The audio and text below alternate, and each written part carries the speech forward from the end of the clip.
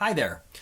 Now that we have 1 week of the course completed, I've had an opportunity to review some of the chapter reflections as well as some of the analyses presented in project number 1. And I thought I would take a few minutes here to debrief about what I've read through and what I've reviewed myself, and answer some of the questions that came up, as well as sort of set the stage for part 2 of the class. Now, I'm going to start by just saying that in one of the analyses, a student brought up the idea of an IQ test, and that was something that was brought up as part of a reflection. And it reminded me of another formal assessment that sort of made the news, not in the last couple of years, but somewhat recently. And so I thought I would start this debrief by giving you a short assessment. So it's just one item off of this formal assessment, and I'm going to address it in a little bit. But here goes. I'm going to read to you 5 words, and then I want you just to say them back when I'm all done reading the list. I'll wait a few seconds and then ask you to either in your brain or out loud just say back the words. So here we go. Hand, nylon, park, carrot, yellow.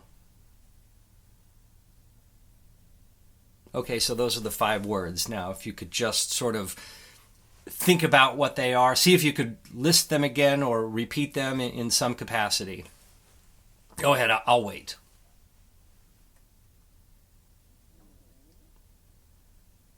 Okay, so that item, that assessment item, was included as part of a larger assessment on memory. But of course, if you can't recall those 5 words now, it might be more than just memory that's being measured. It could very well be simply a measure of attention. And I wouldn't blame you if you were less than attentive at this juncture in your life. But I'm going to talk a little bit more about that assessment here at the end of this debrief. So I've got a few things that I wanted to just sort of reflect on and review with you right now. The first one has to do with just how this whole course operates, because I've had a few questions about that. So first of all, I want you to know that in addition to the course text, which I have included here for me I got the 3-hole punched version of the text. I don't know if any of you did that. But I also printed off from the course website, I printed off the syllabus, and that's right up front. And then after the syllabus, I have the course notes, the note packet, and I just went ahead and printed them off. You don't have to, of course. But I just wanted to remind you that the course notes are organized by the objectives that are going to be measured on the course exams. And so it's a very, very useful document to have. It focuses your attention on the important information that's going to be assessed outside of all the other things I want you to do regarding the course notes as well as the course text. So I have the note packet, and then after that I printed off, because this is just how I operate, I printed off the guide to developing effective selected and constructed response items. This is a guide you're going to use a lot later in the course, and you may even use it a lot in your job as an educator, because it's something that I use. Honestly, I really refer to it weekly in my job as an educator, both as a faculty member as well as an evaluation and assessment consultant. So I have it all. I have them all organized. That's just how I choose to do it. You could certainly keep everything digital. That's totally acceptable. But I also wanted to point out that something I didn't print off here, because I do keep it digital, are all of the chapter reflections. And you'll notice on I went through it pretty quickly during the orientation video. You'll notice that up in the resources tab, there is a page that provides access to all of those chapter reflections, and you can download those as Word documents, and then just answer the questions and the little activities that are inside of that right in the Word document. Put your name on it, please, and then you can upload that directly into D2L once you complete that. And those chapter reflections, again, don't necessarily provide practice over the skills that are going to be measured on the exams, but they do provide you with an opportunity to process some of the important information from the course texts, and it helps you get more out of those experiences and what the author of the text thinks is important, are important takeaways for each of those chapters, because those documents were prepared by Popham, the author of the text. So I just wanted to let you know that that's how the course operates, and that's where you can access these resources. And of course, there are other resources in the resources tab that will become useful as the course progresses. So that's a little bit about course procedures. You don't have another project for quite a few weeks, and I'll be introducing the next project later once we get through the next two main parts of the class. The first week had to do with an introduction to the field of assessment, and now with week 2, you're heading into reading the first chapter that defines one of the most important characteristics about good assessments, and that is that they are reliable.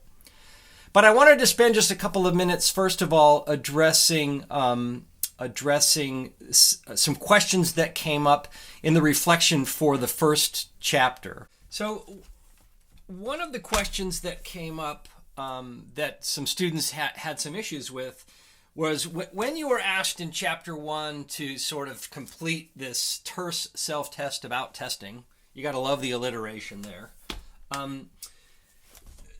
Item number 5 says you're supposed to rate your level of agreement with these statements. And statement 5 says, a teacher has no business measuring students' confidence in their ability to do schoolwork.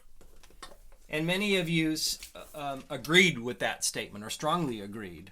And then the question was, well, why does the author think that a teacher does have a business measuring confidence? And that goes back to the definition of what assessments are provided by the author. And that is, assessments are formal attempts to measure educational variables of interest. And it certainly is, or it certainly could be, an educator's interest to measure levels of confidence. It seems to me that in many situations, that would be a very important thing for teachers to to keep track of, because confidence is something that teachers can actually address instructionally. You can improve student confidence for sure, and so and because confidence does have an impact on performing other skills, it seems like it certainly could be a really good variable of interest to a teacher, a very important one. And then a couple of students said, well, that would be difficult, if not impossible, to measure someone's level of confidence. And the reality is it's not really that hard at all. You just have to ask them, how confident do you feel? How you could put a question on an exam that says, after they respond to an item, you could simply ask, how confident do you feel that your answer is comprehensive or is correct?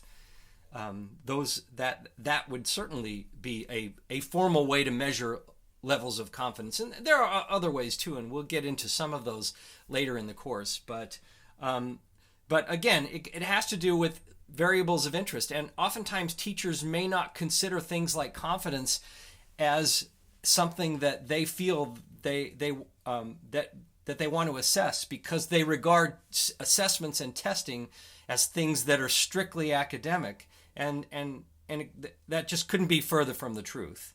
Good assessments measure any variables that you are interested in as an educator. So that was number 5. Another one that came up that was a problematic statement for some students was the last one on the TERS test, and that was significant classroom tests should typically be built before a teacher plans instruction. And many students felt that, or they disagreed with that statement, that assessments are created after the instruction is sort of completed and takes place. I presume that's because they're considering that they only want to test over things that were addressed in class. And that's where the problem lies, right there. It's certainly okay to take an assessment and remove items before you administer it if there were some things that you feel as a teacher your learners did not have a good enough opportunity to practice. And you wanted to implement an assessment at a particular time, and that you had a schedule for that. But the reality is, when you begin the process of planning instruction, the first thing you do is articulate to yourself, well, what exactly do I want my students to learn, or to learn how to do, as a result of the experiences that I'm going to plan for them? So what do I want them to learn? What do I want them to learn how to do? And then you say, okay, well, how am I going to know that they learned it? How am I going to measure that? That's the first thing in your brain. How do I know? And that is the assessment development process right there. So you do that first, and then you then create your learning experiences to maximize the probability that everybody in the class is going to be able to successfully perform the skills, apply the knowledge, or possess the attitudes that you specifically want them to. I'll go back to the confidence item, for example. Here's how that works. So let's say that you're a math teacher, okay? And in addition to be able to performing certain math skills, you want students to feel confident in their ability, maybe to apply certain math skills to new situations. You want them to feel confident. Well, so you write some items, and you say simply, okay, well, here's some of the math application word problems that I'm going to ask, and then I'm going to say I'm going to ask them how confident are they that their answers to the word problems are correct. And confidence is, again, it's something that you can actually help students learn and acquire higher levels of as part of the instructional experience. It could just be providing them with additional opportunities to practice. And so you're going to make sure that you include those. You're going to make sure that you include more word problems, whereas you might not have, because you know that in order to feel confident applying something, you have to feel like you've had an opportunity or opportunities to practice that. And so the fact that you already know you're going to be measuring those levels of confidence, and you want them to be high for everybody, you're going to make sure when you do your instructional planning that you formally and specifically address levels of confidence as part of the experiences. So, and there are lots of other experiences, and that's if you say, well, that just sounds like teaching to a test. Well, you're doing that anyway. You're helping somebody learn the skills you want them to learn forever as a result of your instructional interventions.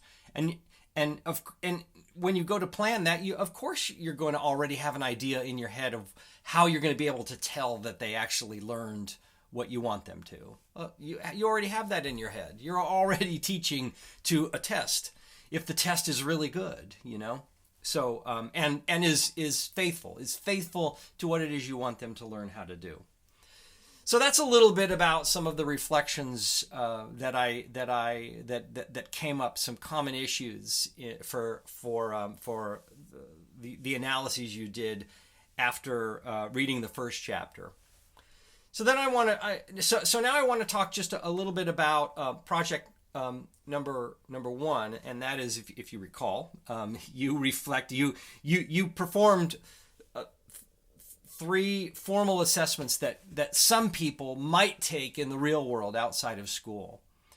And I asked you to do things like reflect on whether or not you felt the items did a good job of measuring what they were supposed to measure. And that's really the key to one of the most important aspects of what a good assessment is. So let me just review that a little bit. So you have questions on citizenship, if you recall. And one of the things you had to reflect on was, well, is that a good measure of for citizenship? Those kinds of questions. And if you really get under the hood to that kind of sort of analysis, it's really kind of interesting. Because you would think that what you would want in a good assessment for citizenship is some kind of measure regarding the potential success that somebody might have to be a good citizen, in a good U.S. citizen. And then you're stuck thinking, well, what is a good U.S. citizen? Is it somebody who follows the rules and is a participant in the democracy? So they choose to vote and to be to educate themselves on the issues. Is that what makes a good citizen? Is a good citizen just somebody who's going to be kind and respectful to other people in society? I mean, if those are the things that would measure whether or not someone could or should be a citizen of the U.S., then it seems to me that some of the items, or maybe all the items on the citizenship test, really don't measure that at all.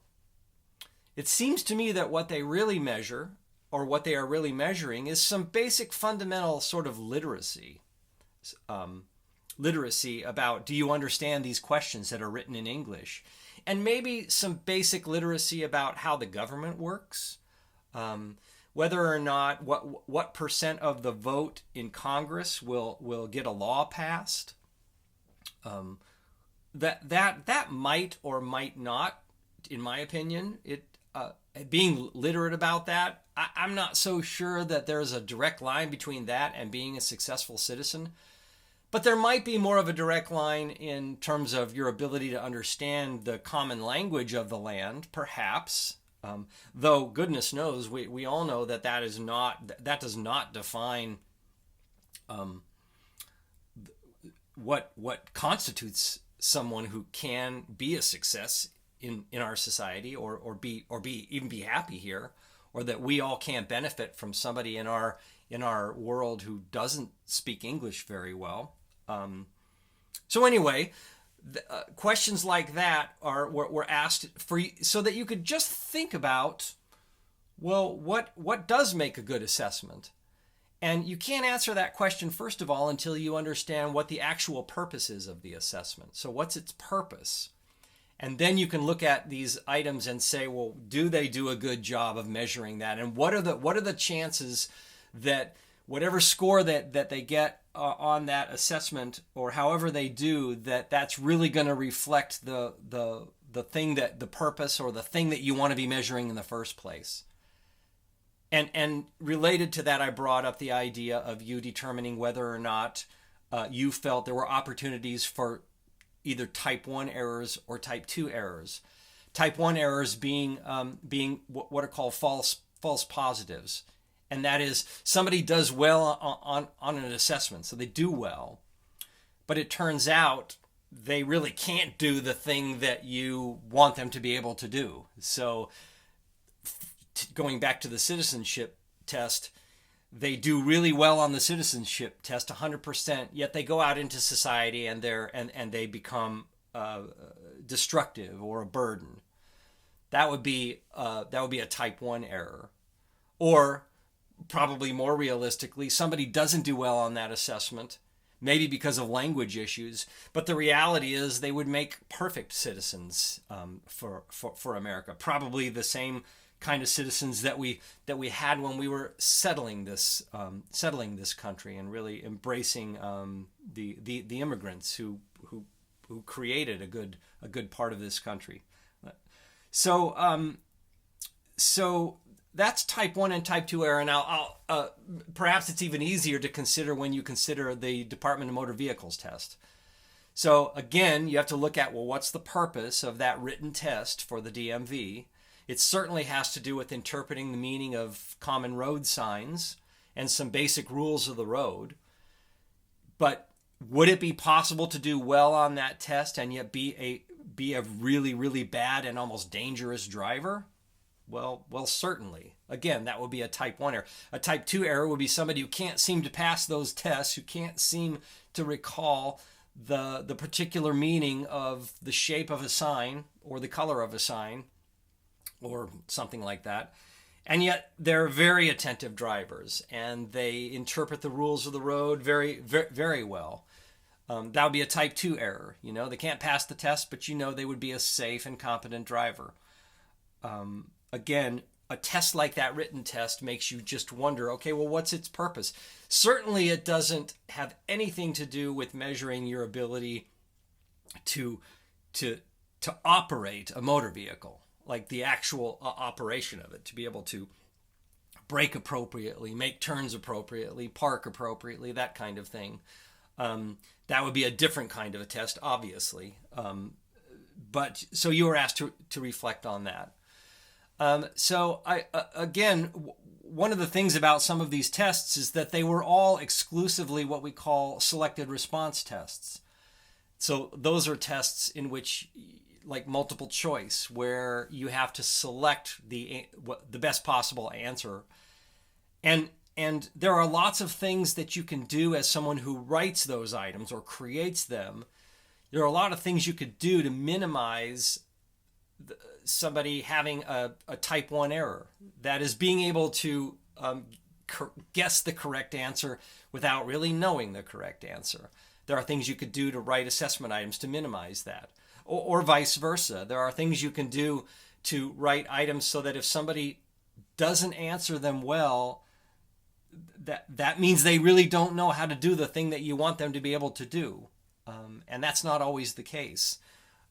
It's really common for somebody in a social studies class, for example, to be asked to respond to an essay item, and the reality is their writing skills are not great, but their understanding of the fundamental concepts that are trying to be measured are really good.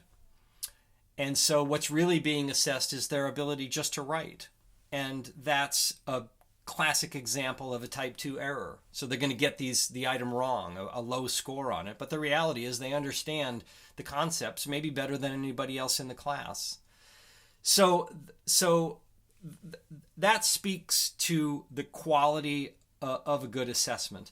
And so as we progress in this class, you're going to learn that there are some basic fundamental concepts that the rules of good assessments support. And one of them, which is going to be addressed in the coming week now, week 2, is reliability. And reliability is simply that whatever assessment you give, if it's effective, it should be able to consistently measure the skills that you want them to measure. Whether it's administered this year to a group of students, or next year, or the year after, that it consistently does a good job of measuring what you want it to measure. Because I'll use a really good example that doesn't have anything to do with academics, but it certainly is something that we're dealing with right now, and that is rapid COVID tests, right? So if you're lucky, you can go to the pharmacy right now and get some rapid COVID tests, or have them sent to you in the mail right now. And one thing you've probably heard about is that there is a probability that when you take a test that it's either going to be a type 1 or a type 2 error. Like it's going to be a false positive. It's going to show you that you have COVID when in fact you don't, or a type 2 error, which is a false negative, and that is it says you don't have COVID, but the reality is that you do. So let's just say that you took one rapid COVID test, and you got the results back. It shows either that you have COVID then or you don't. How how accurate is that test? How reliable is it? How valid was that test? Well, you don't really know with one test, but let's say that you had 10 tests and you took them all at the same time. If it was a highly reliable and highly valid test, you would get it would say, they would all say the same thing.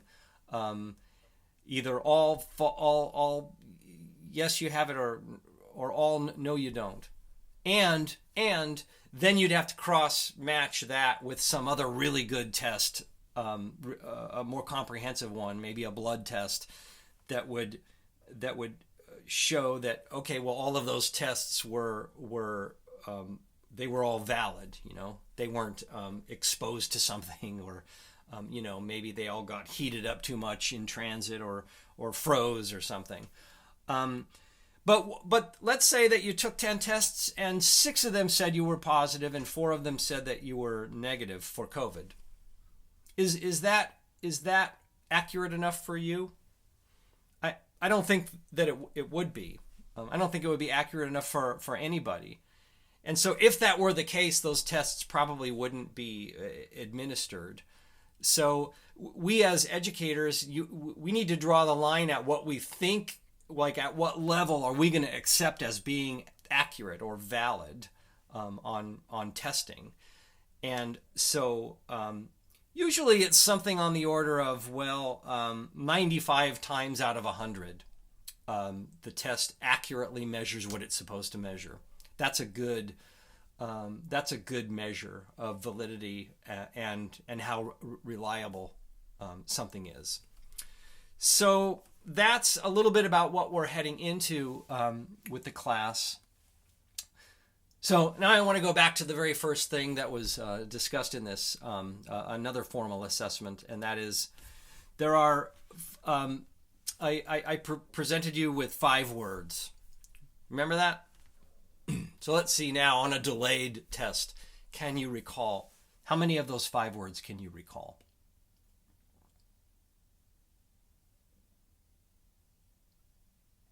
Well, let's see how you did. So here are those 5 words: hand, nylon, park, carrot, and yellow. So not sure how many you got. Again, that item, by the way, was one of a handful of 25 items on the Montreal Cognitive Assessment. Here's a picture of it there. It's cognitive assessment. It's an assessment. That particular question is a memory question, and it is administered, by the way, twice. One right away after you are presented with the words, and then the other one sometime later. The second trial is sometime later. And it's designed to be a measure of memory, and the overall assessment is designed to determine whether or not somebody is a candidate for sort of pre-dementia.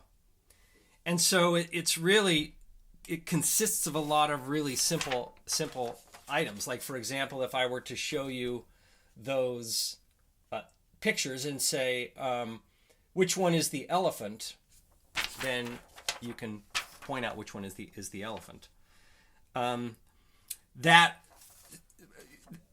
That's not an IQ test, by the way.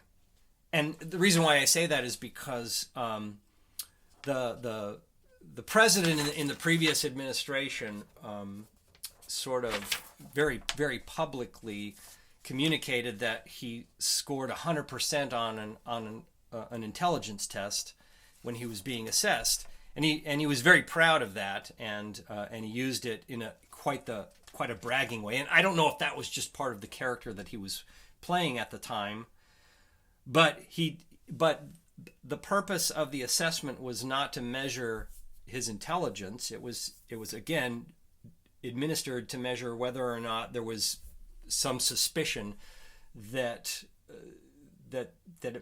for someone of that age that they might be starting to suffer from dementia. So that's the purpose of the test, not an intelligence test. Though I suppose in some way it might be, because if I suppose if you interpret the test as being something that it wasn't, that is in one way a measure of someone's, I suppose, of someone's intelligence.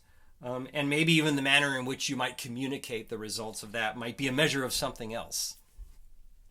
So I suppose, depending on the purpose of an assessment, you can make a decision about whether or not you thought the assessment items themselves were valid and reliable. And but anyway, I just thought when somebody brought up IQ in one of their responses, it just reminded me that yes, IQ tests are formal assessments as well. They aren't that. They aren't cognitive assessments the way you might be presented with one from when you're getting up there in years and the doctor asks you to answer a handful of questions like identifying what type of animal is in a line drawing or something like that. So that's it.